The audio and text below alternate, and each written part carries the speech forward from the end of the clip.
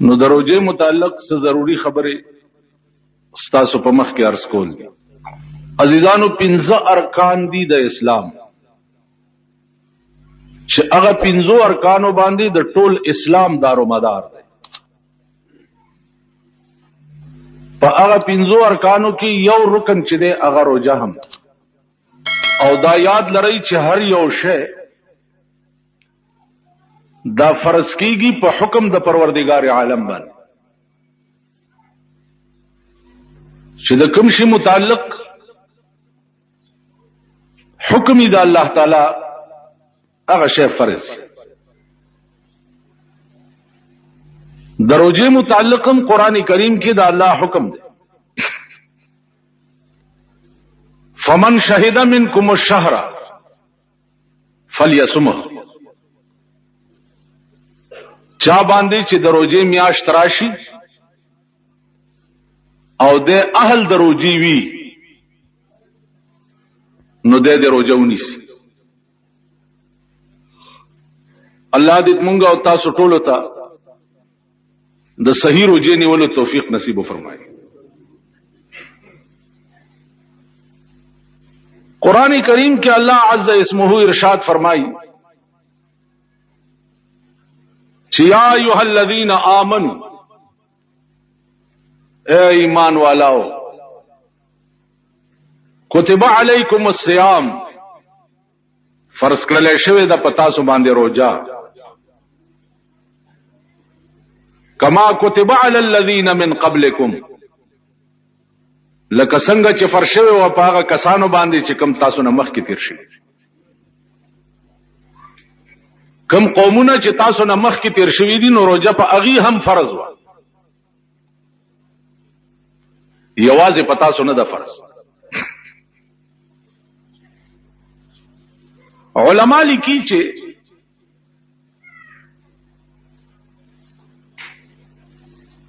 د روزه کې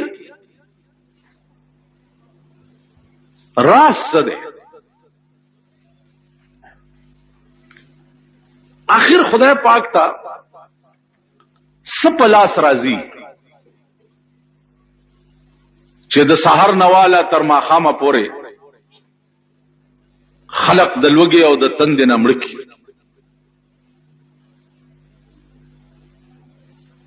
ما په خبره پوهېږئ؟ ځکه چې الله ته پته ده چې کوم خلق روزه نیسي او کوم یې نه نیسي. نو چې ده ته پته ده چې دا خلق یې نیسي، کمرې هم نیسي، نو بیا ولې دا امتحان په باندې کوي؟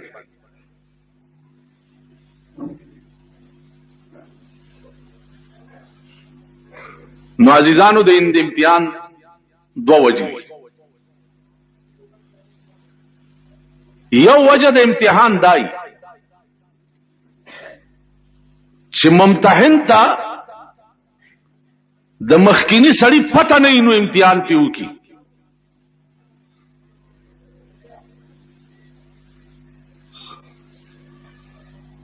پته ورته نه چې ده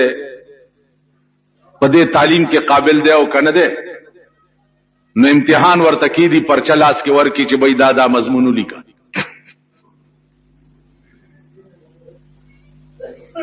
نو دا الله متعلق دا ویل چې د پته نشته، نو دا خو ناممکنه ده، ځکه چې الله د هر چا په سینه عالم دی او هغه ته پته ده، او د هر چا قابلیت هم ورته معلوم دی.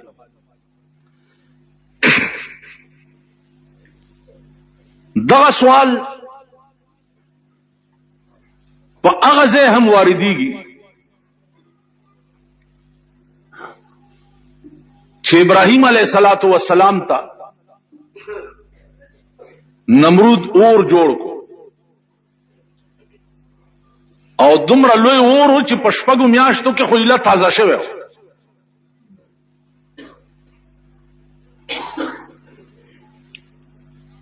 اوس دې امتحان ته ګوره چې څه وخت کې نمرود دی اور ته ورچې چې منې کېږي د خپلو خبرو نه او که دې اور ته دی اچو.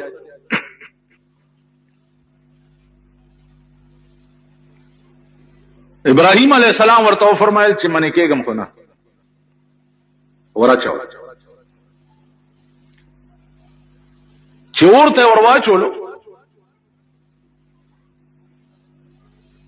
نو دا وخت کې جبرائیل علیہ السلام ورته راغی نو ورته وی چې وایه سه امداد درکم په ډېر لوی اور کې راوغورځېد نو ابراهیم علیہ السلام ورته فرمایل چې نمرود څوک دی چې ما په اور کې واچي چا چې اچولې مغه پوهېږي او امداد یې پوهېږي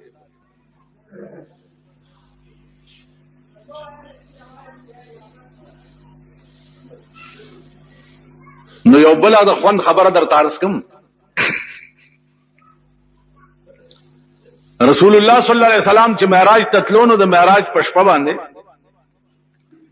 سدرۃ المنتہا کی جبرائیل ورته وی چې دې ځای نه زه مخکې نشم تللی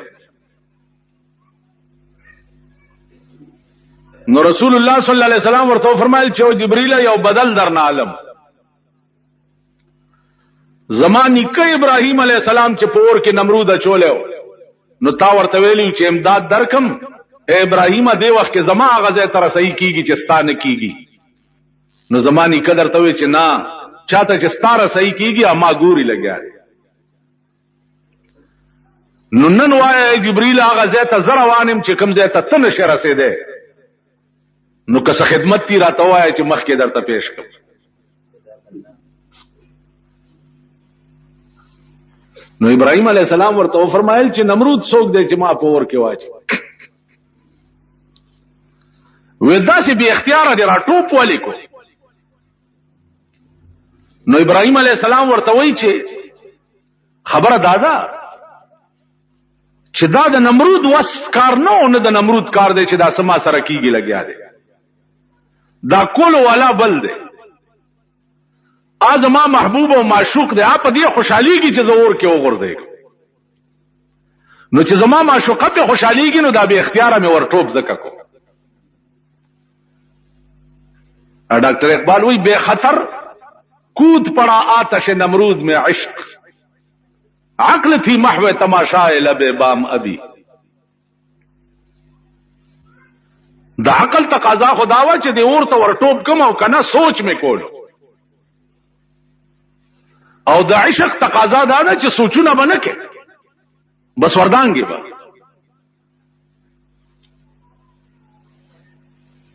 نو عزیزانو روجه چې دا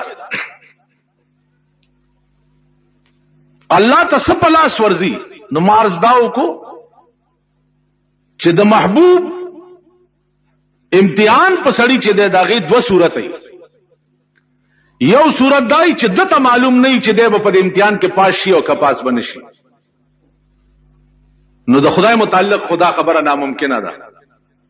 یو صورت دای چې پاغه امتحان دې د پاره کوي چې نوري دنیا ته سبق شي چې تاسو هم بنی آدم یې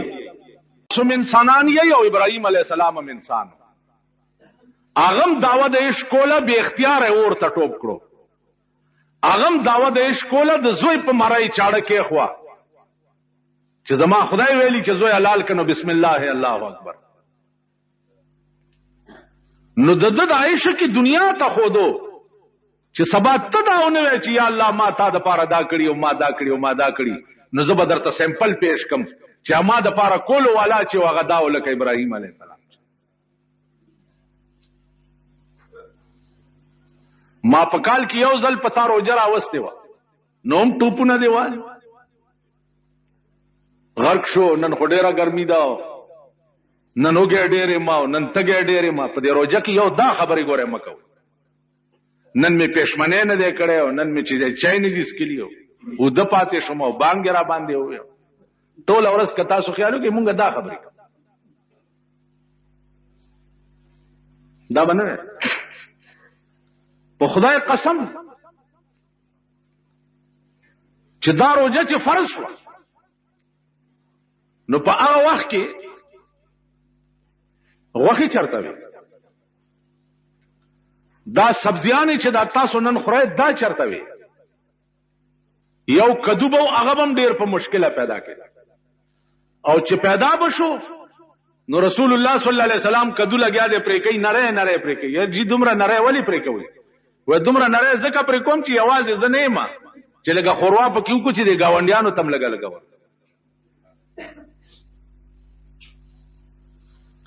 د رسول الله صلی الله علیه وسلم ترکاری بچوا نو هغه بچ پاو شیو نو پکې دړای وبوي تاله چې و داغه د لرګي جوړو نو هغه یو تاله دومره لویو چې سلورو کسبو چتول سلور کسې چې اوچته اندازو کوي د دینیم جمعه تمره تاله بینو علا به سلور کسو نو دا دومره لوی تاله دې د پاره جوړ کړو چې مونږ چروټي خورو اسه نه چې چرته غلام یا مرای یا مزدور دارانه بار پاتې نشي چې هم په دې تالی کې روټي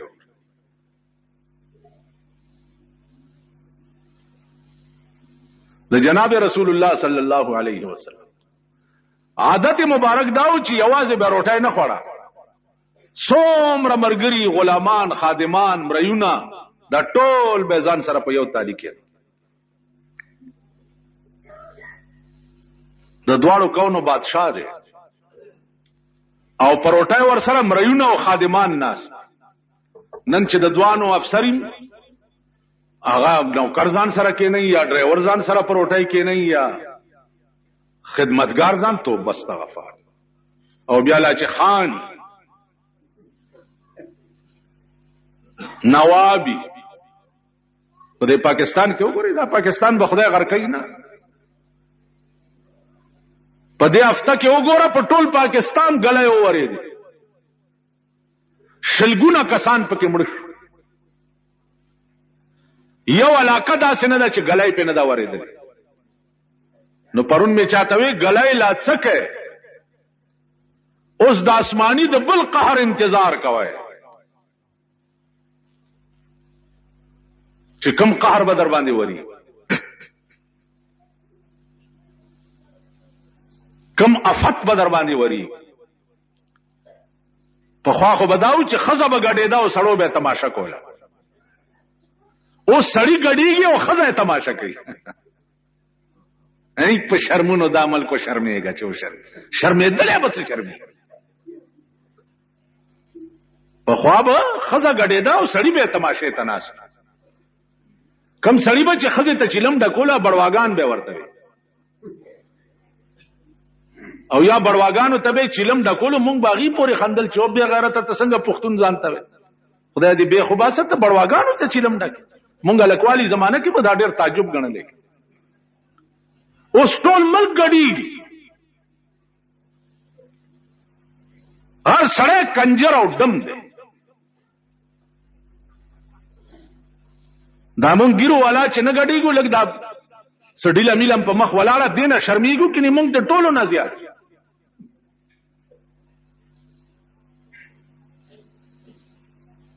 تاسو وکړه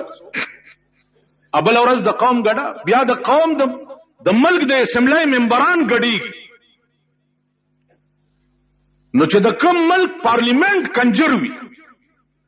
دا ملک انجام بچي او دا ملک حال بچي تاسو بنور د ځان تماشه کوي نو عرض مداو چې روجا په دې ملک کې هم غریبو تر غلې ده سرمایدار روزي نه نیس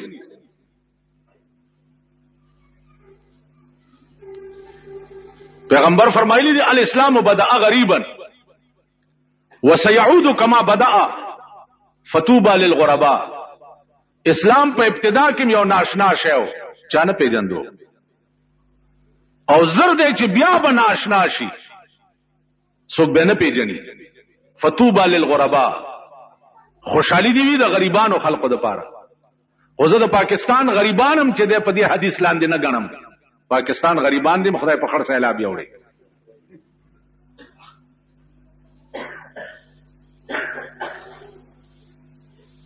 څومره ډمټوب او کنجرتوب چې نن د غریب په دماغ کې دی دومره د سرمایدارو نه دی تاسو ورشي کابل ته مازیګر ټایم کې وګورئ کل هم به پکې دا د غریبانو او سټمارې او د شاخه تاخه زامن دا به ګوري، د ورځې به پالشونه کوي، د ورځې به مزدوري کوي او مازیګر کې به سینما کې ګوري.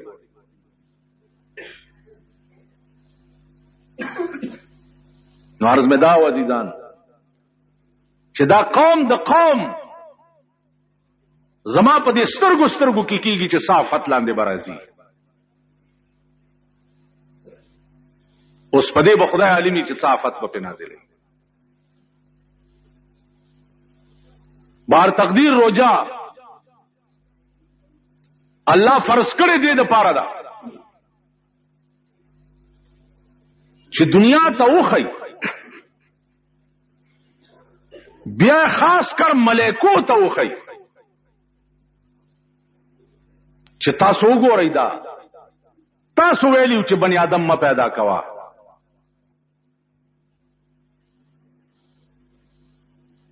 دوی به څه چل کوي؟ پردی وینې به تویي، پردی کورونه به ورانوي. مونږ ډېر یو ستا عبادت لپاره. اوس وګورئ زما په بندگانو زما امتحان دی، سهار نه تر ماښامه پورې 14 غنټې ما د پاره لوګه او تنده تیری کنه تیری. نو ستاسو پر روجه باندې با الله د ټول کائنات په ملائکو کې فخر کوي، په تاسو به فخر کوي. حدیث کې راځي چې د قیامت پر ورځ جنت ته چې خلق نه نوځي، یو دروازه ده د هغې ریان نامه ده. ریان دروازه به خاص کر روجدارو ته आवाज کوي چې تاسو زما په دې لار جنت ته نه نوځئ. او زما عزیزانو په دې نعمتونو کې چې دا د شپې تاسو خوړلي او دومره وخورئ چې بیا بل ماښام لمه مړه نه کېږي. ملایان د شپې وګورئ د دې پیوالاو په دکانونو باندې لوښي ورته پریښي چې ملایي که نه دا غوړې خورواګانې خوار نه خوار او غریب نه غریب سړي تم الله تعالی پښمنی کې پراټې نصیب کړي. جناب رسول الله صلی الله علیه وسلم د بدر په جنگ کې د روجې میاشت او د اړ په شکال ورځي صحابه روجې نیولې وي او جنگ هم کو او داسې روجې نیولې و چې ماښام نور څه د خوراک نو یو خجوره 2 کسو باندې نیمه کړې و، نیمه تاو خوړه او نیمه ماو خوړه، په دې روجم نیولې او سباله د بدر په میدان کې جنگ هم کو.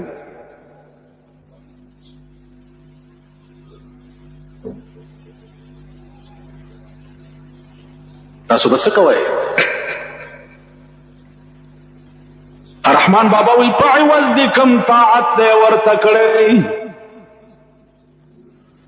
په عوض د کم طاعت دی ورته کړی، دا نعمت چې په هر شام او هر سحر خوري. سهار او ماښام چې کوم نعمتونه ته خورې د دې بدل کې دي کړي څه دي؟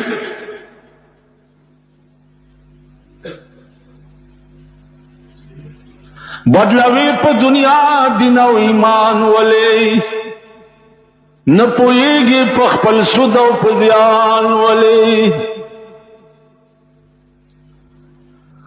بدلوی په دنیا دین او ایمان ولې نه پوهیږي په خپل سود او په زیان ولې.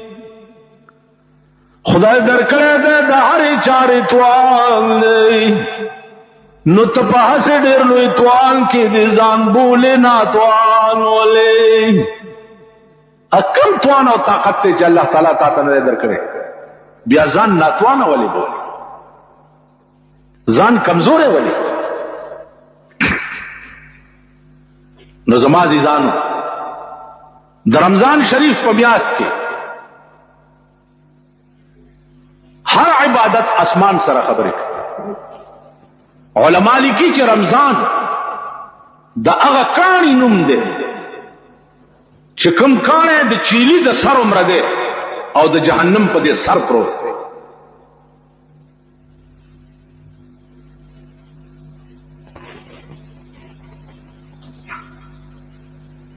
سمندر په کال کې یو ځل په داسې موج کې راشي چې د دې اراده دای چې دا ټوله دنیا سیلاب نو الله دا رمضان کانه ور مخامخ کی چې ور مخامخ کی یو چس ناری کی او دا رمضان کانه ټول سمندر اوچ کی نو په دې میاشت رمضان نامه الله دې د پاره یې خدا چې په دې یو لس میاشتو کې دې څومره ګناه کړی الله د دې میاشت په برکت ټوله ختم نو عزیزانو عرض می داو چې دې میاشت لا ملا وتړای ختمونه پکې وکي امام ابو حنیفه رحمت الله علیه د رمضان په میاشت کې یو شپه ته ختمونه کول یو شپه یو ختم به پتراو کې کول یو سپاره به وای او یو ثابت ختم به د شپې کول او یو ثابت ختم به د ورځې کول سار نه به تر ماخامه پورې یو قران ختم بیا به تراویح چوکړي بیا به شروع شو نو تر سحر بانګه پورې به بل ختم سلويخ کاله د ماسختن په 10 د سحر مونږ کړي سلويخ کال مونږ یو ختم هم نشو هغه جمعات لټو چې چرتا امریکنه انجن امام ولاړی او ګراسته وباس یو ختم نشو عزیزانو ما سلويخ کاله ختمونه کړی د یو شپه ختم ما کړی دی 8 بجې ما سوتنم نیت تړلو زمونږ یو استاد او خدای دې غریق رحمت کی هغه پسې او د شپې چې 3:30 بجې شوې نو ورپسې ولاړو چې 3:30 بجې شوې نو ودوحا ته ورسو پاو کم دیر سپاره په یو رکعت کې وې ا باقی پاوې په نورو رکعاتونو کې نو عزیزانو عرض داو چې په دغه ورځو کې د قران ختم یو په تراو کې ډېر ضروري امام حنبل رحمت الله علیه خدای په خوب کې ولید نو تاسو ته وکړو چې یا الله ته په څه شي ډېر خوشاله ته په څه خوشاله لکه اوس ما نه ته تاسو کې مولا صاحب ته په څه خوشاله مولیانو طبيعت په درته معلوم دی چې دوی په څه ډېر خوشاله کنه جی نو دا سي هر سره د خپل شان مناسب په څه نه څه خوشالي او بیا په دې نقدو کا خیالو کې هر سره خوشالي نقد زمون بیاړه تبا کړ زمون کورونه اوران کړ عمر له زمون کور جهنم کړ عمر د نقدو د پاره مونږ په اس ګناه سر پنه دا کړ پس د نقدو د پاره وګوره په دې ملک کې ګرځا کم سره چې پردای خويند دی او پردای مین دی او پردای لونه بل ته سپلای کوي د نقدو د پاره دا خو عام شی دی تاسو راشه وګورئ نن د ملک د وټلو ډک دی ټول ملک وټلو شو په دې وټلو کې وګوره الکان سپلای کی د نقدو د پاره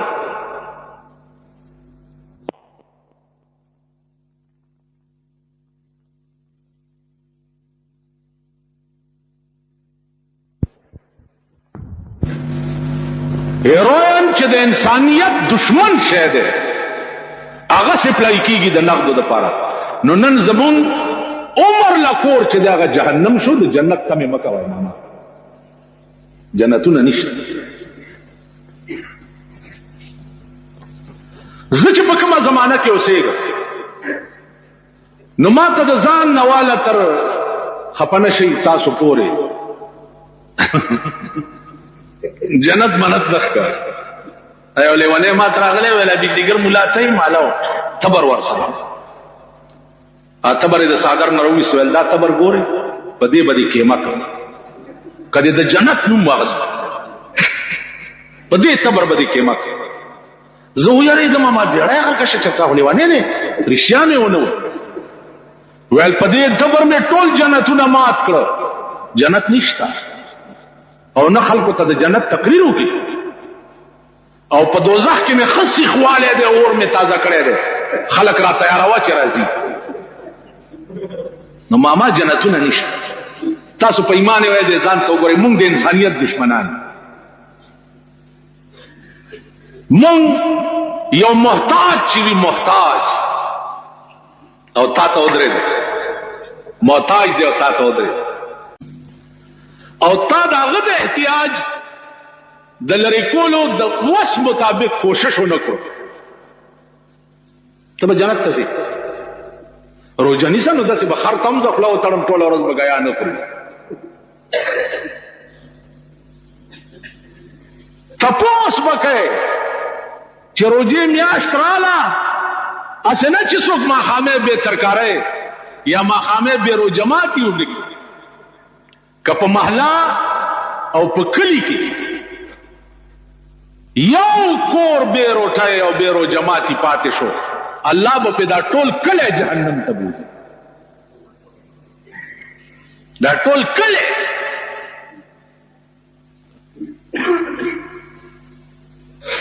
زه په زندګۍ کې ودونو مدونو ته نه ځم که د پلار واده مې نه وځم وجه څه ده وجه دا ده چې یو ځل پېښ شوی وم یو ځل داسې لین لګېدلی دی درته نو یو سر ته مونږه ناست یو لږ داسې دا غوړ غوړ مولیان ناست او لاندې سر ته غریبان ناست نو ما چې یو لوړی اوچته کا او دویمې ته مې لاس کولو چې د درستخان ته مې رست وکته نو هغه نورو خلکو ته تشې وریجې پرتې وي او زمونږ دې سایډ باندې ډونګې وې او پکې ترکاری او فلان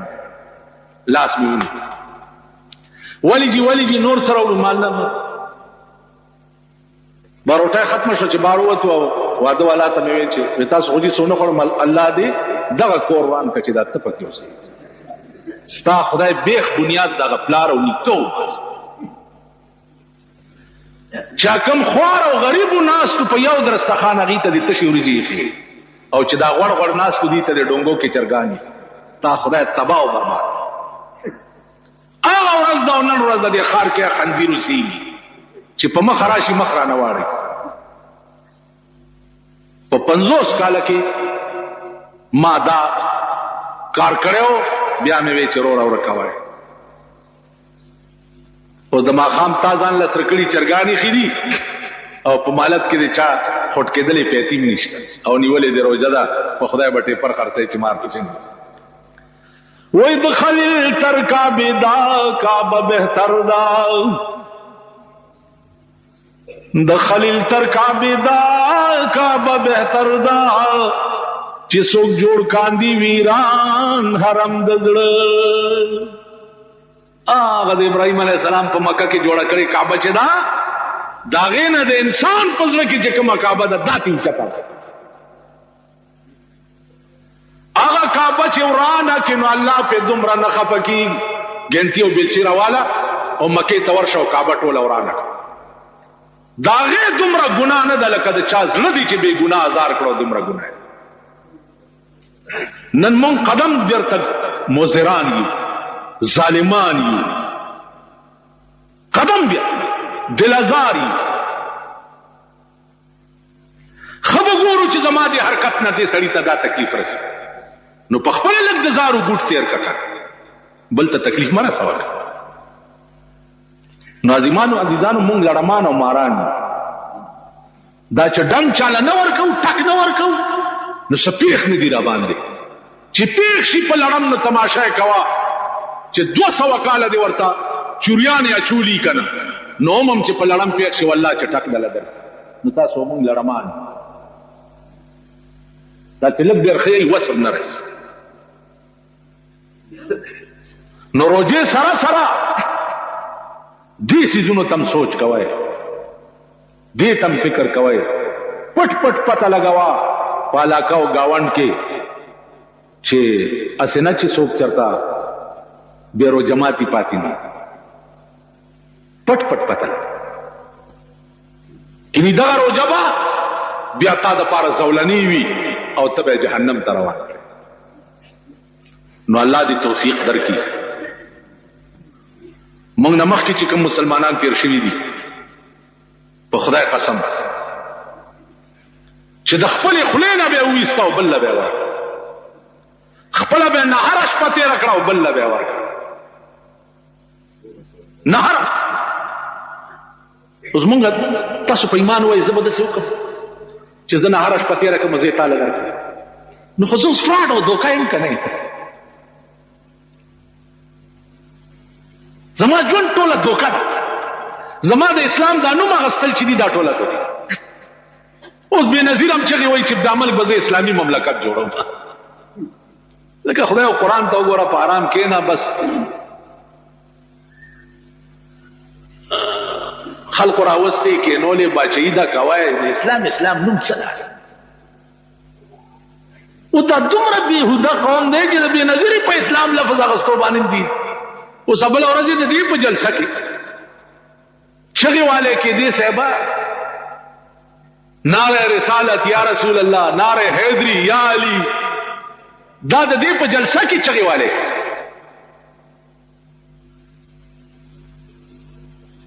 او تقریر خو به تاسو لیدلی چې څه وی او څه کولو څه حالو د قوم ورته څه کول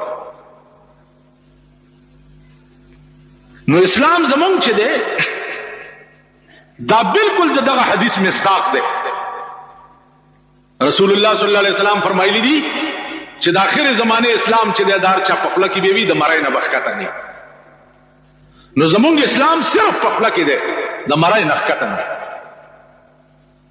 نو د خپل اسلام باندې با نه جنت ملاویږي او نه به خدای ملاویږي او نه به رسول ملاویږي د خپل په اسلام به څه پاغه اسلام به ارث ملاویږي چې په زړه کې وي او زړونو نه زمونږ اسلام وته زمونږ زړونو کې اسلام نه دا څه په دعوی سره وای او کوم یو لوی نه لوی ایماندار او مسلمان او بزرګ او جنډه په ولاړه دا وای چې زما زړه کې اسلام دی ما سره د خبرې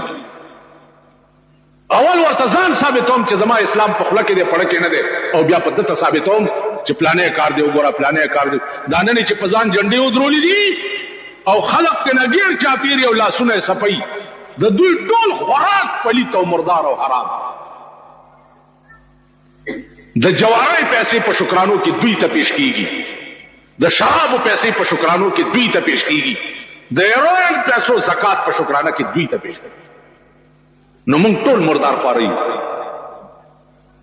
مسله خدا ده چې د چا خېټه کې یو وړای د حرامو پرتې د غسلوي خپل مونږ نه کیږي یو وړای او چې د چا ټوله خېټه د حرام وډکه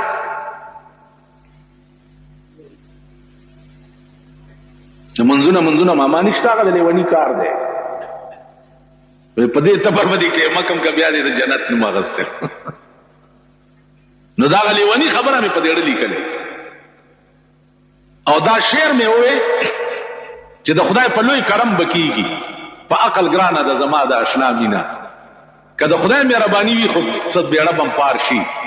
او که په عقل وي او په قانون وي نو قانون په ذات کې مونږ یو قانون به مونږ جنت لو ته نه پری په دې روزه کې خله قابو کوي څنګه روزه چې په خوراک سکاک ماتيږي دا سه روزه چې د بل د پاره کوې کني او د بل شیطانت کې او بل پسې بد وې په دې روزه ماتي زما په دې خبر پوهیږي د بعض ائمه او دا مذهب ده چې د چا غیبت چې وکي په دې روزه ماتي نو غیبتونو نه ځان ساته امام حنبل خدای ته وی ته په څه خوشاليږي یا الله نو الله ورته چې حنبلا زما د خوشاله لوی شی چې د تلاوت القرآن دی څوک چې قرآن ډیر لولي زه په ډیر خوشاله په دې روزه کې چې ګاریې ټول ورځ قرآن ولای بل دا چې د روزه دا بعضی مسلې ګوره ار مولا کویږم نه ارچانه تاسو مکوي د لپاره خاص خلکی او تپوس به د خاص خلقو نه کوم.